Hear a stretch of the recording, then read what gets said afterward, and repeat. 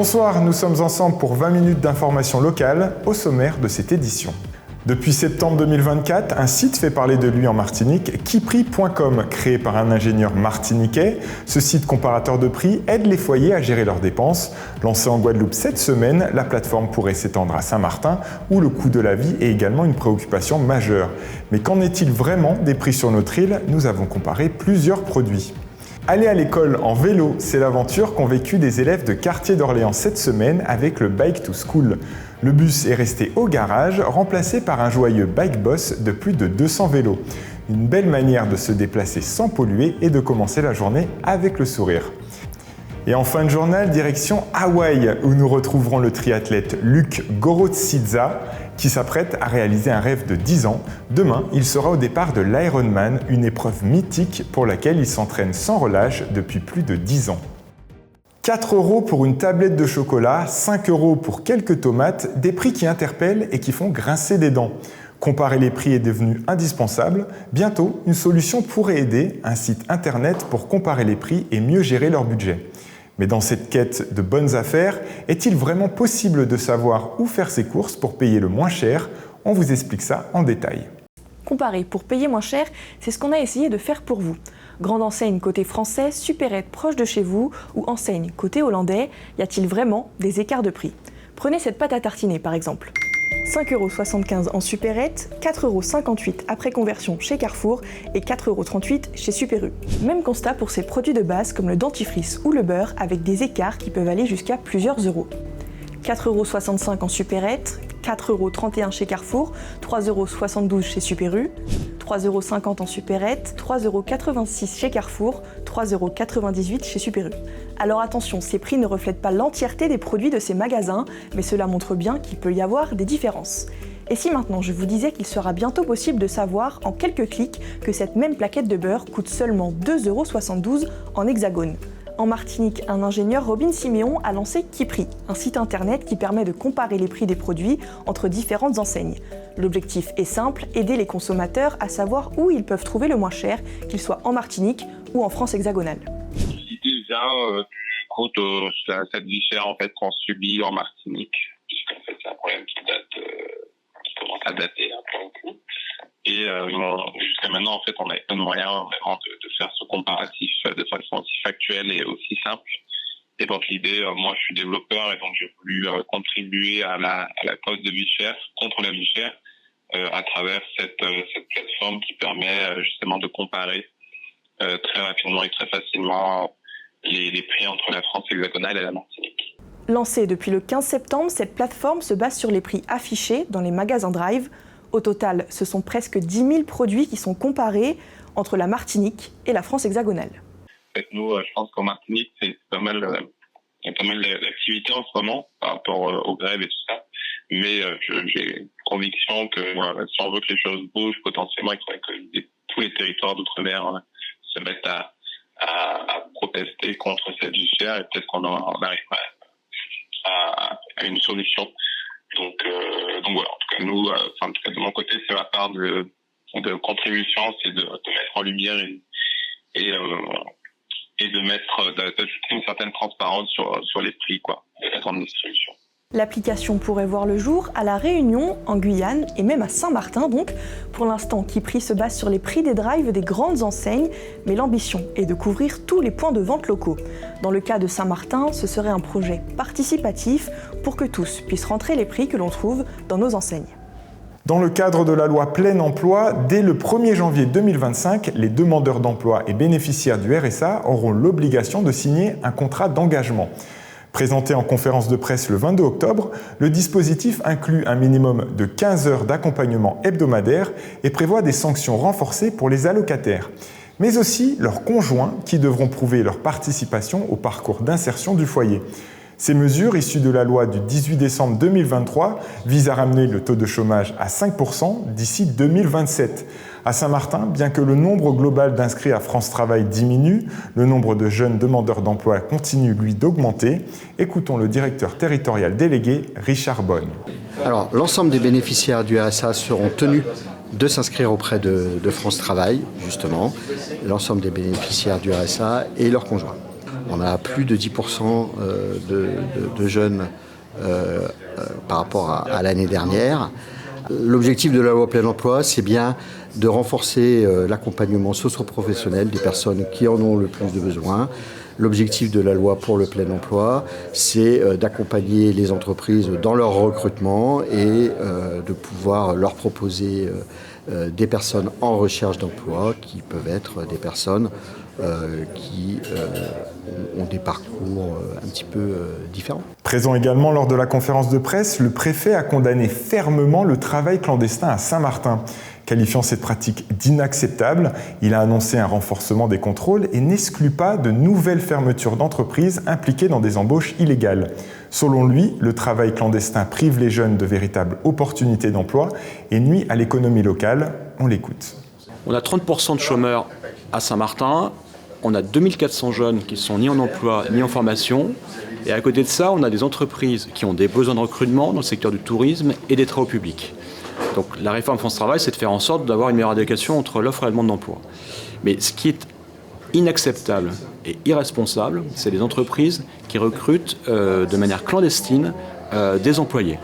Donc effectivement, nous allons intensifier notre lutte contre cela avec l'inspection du travail. On le fait déjà dans le cadre de la lutte contre la fraude. J'ai fermé à plusieurs reprises des restaurants, des établissements qui employaient des travailleurs en situation irrégulière, de manière clandestine. Mais je tiens à dire qu'il y a un niveau de travail clandestin à Saint-Martin qui est très préoccupant, qui est inacceptable. C'est des comportements de passagers clandestins, de gens qui veulent tirer tout ce qu'ils peuvent comme profit du territoire sans rien donner. Et ça, c'est explosif pour l'avenir de Saint-Martin. Quand on a 2400 jeunes qui sont sur le bord de la route, c'est pas viable sur la durée. L'association UCEP Les Tigres d'Orléans de l'école Claire Saint-Maximin organisait ce 22 octobre une initiative unique, le Bike to School. Comme le ferait un bus scolaire, le Bike to School permet d'accompagner les enfants à vélo sur leur chemin vers l'école, créant ainsi un véritable bike boss. En parallèle, une action qui permettait de sensibiliser au cancer du sein dans le cadre d'Octobre Rose. On était sur place pour découvrir cette première édition. Dernier jour d'école avant les vacances pour Sana. Mais aujourd'hui, pas de voiture. C'est en vélo avec ses camarades qu'elle rejoint l'école. On fait Bike to School aujourd'hui. Et Bike to School, c'est une chaîne de vélos rassemblés. Et si, par exemple, un camarade habite du côté qu'on passe, ils peuvent, à la dernière personne, ils peuvent rentrer à l'intérieur. Inspiré des bus scolaires, ce projet permet aux élèves de se rendre à l'école à vélo, en toute sécurité, formant une véritable chaîne. Le projet a 3 gros objectifs. C'est de savoir rouler à vélo en sécurité, ce qui est important pour l'association sportive et à quartier aussi, d'être en bonne santé, donc de pédaler, faire du sport, et aussi avoir un moyen de locomotion qui ne pollue pas, donc limiter les gaz à effet de serre et faire en sorte que les parents prennent le moins possible la voiture et que les enfants pédalent pour venir à l'école. L'initiative connaît déjà un grand succès et l'association prévoit d'en faire un rendez-vous régulier. Cette année, je pense qu'on en fera au moins 5, un par période. Et c'est un projet qu'on aimerait aussi qui se perpétue au niveau de la population, parce que c'est ça notre objectif, c'est d'éduquer les enfants, mais qu'ils partent avec ce savoir et qu'ils l'amènent chez eux pour pouvoir transmettre aux parents et continuer avec les parents à venir à l'école à vélo. Un geste qui prend tout son sens dans le cadre d'Octobre Rose. Depuis 2012, l'école s'engage dans cette lutte à travers différentes actions. Lorsque je suis arrivée à l'école Claire Saint-Maximin, il y a eu des enfants qui ont perdu leur maman et ça m'a touchée. Donc, les enfants sont directement ou indirectement impactés. Donc, il a fallu qu'on commence dès le plus jeune âge à les sensibiliser. On a tous une maman, une grand-mère, une cousine, une sœur. Et il faut vraiment dire aux enfants, les femmes doivent se faire checker, tester pour être sûr que tout va bien à tout âge. L'initiative relève d'un travail d'équipe entre le corps enseignant, les parents et plus largement la communauté locale.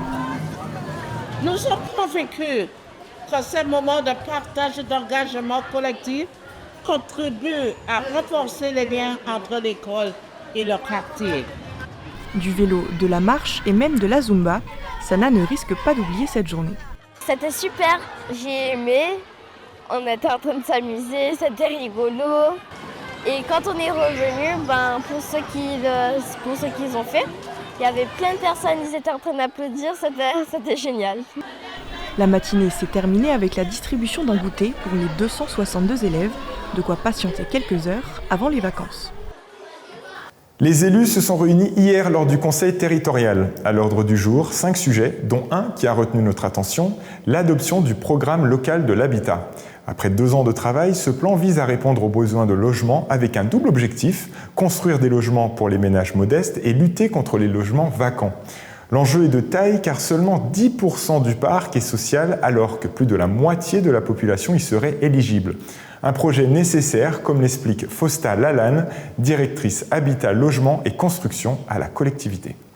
Le premier constat qui relève qu'on est un territoire en perte d'attractivité et on a un besoin au logement qui évolue. Donc on a une déprise démographique qui est présente et qu'on retrouve aussi dans les autres départements et régions d'outre-mer. Deuxième constat, on est sur un parc qui a un besoin d'amélioration existant. Donc il suffit de regarder notre centre-ville pour voir qu'on a quand même une problématique de réhabilitation et de lutte contre les logements vacants. On a aussi une reconstruction qui certes a bien avancé, mais qui doit se poursuivre suite à Irma. Et on a aussi une problématique qui reste très importante, qui concerne l'augmentation des résidences secondaires sur le territoire.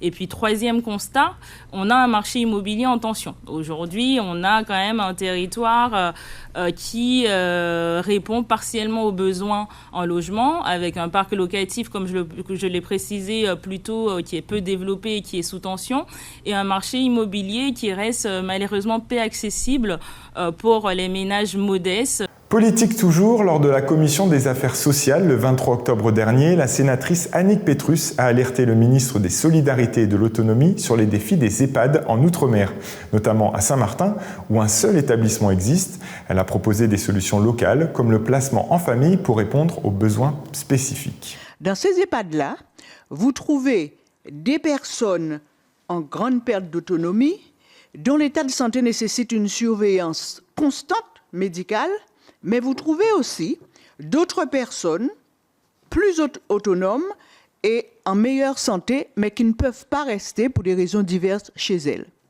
Alors, je sais qu'il y a des solutions intermédiaires qui existent, comme le placement en famille. Ma question, c'est, ces solutions-là ont-elles été évaluées? Est-ce que le coût est moindre? Parce qu'elles permettraient de dégager des places en EHPAD et permettrait d'alléger la liste d'attente qui est de plus en plus longue. Il y a 2 départements qui sont plutôt allant sur le sujet. Je crois qu'il y avait la Réunion et il y avait le Nord. Il y a eu des assises il n'y a pas longtemps, je crois du côté de Bordeaux sur le sujet. On voit qu'effectivement c'est bénéfique. On a un travail à faire quand même autour du statut ou pas statut. Je pense que c'est balbutiant de ce côté-là. Il faut sécuriser le métier entre guillemets, parce que c'est pas la qualité de l'accueil est là, en tout cas le rendez-vous, c'est un sujet que j'entends explorer. Oui. Vous l'avez sûrement déjà croisé sur nos routes avec le club SXM Tri Academy. Luc Gorostidza, parti il y a une semaine pour Hawaï, fait partie de l'élite capable de relever le défi exceptionnel de l'Ironman d'Hawaï, une épreuve parmi les plus exigeantes au monde. Au programme, 3,8 km de natation, 180 km de vélo et un marathon de 42 km. À quelques heures du départ, ce passionné de 58 ans partage avec nous son état d'esprit avant de se lancer dans ce challenge mythique. Cela fait déjà une dizaine d'années que je m'entraîne, que je me prépare pour essayer de me qualifier. J'ai réussi avec mon âge un petit peu avancé, mais voilà, j'ai été au bout du rêve que je voulais absolument réaliser. Cette course va être intense, ça c'est sûr.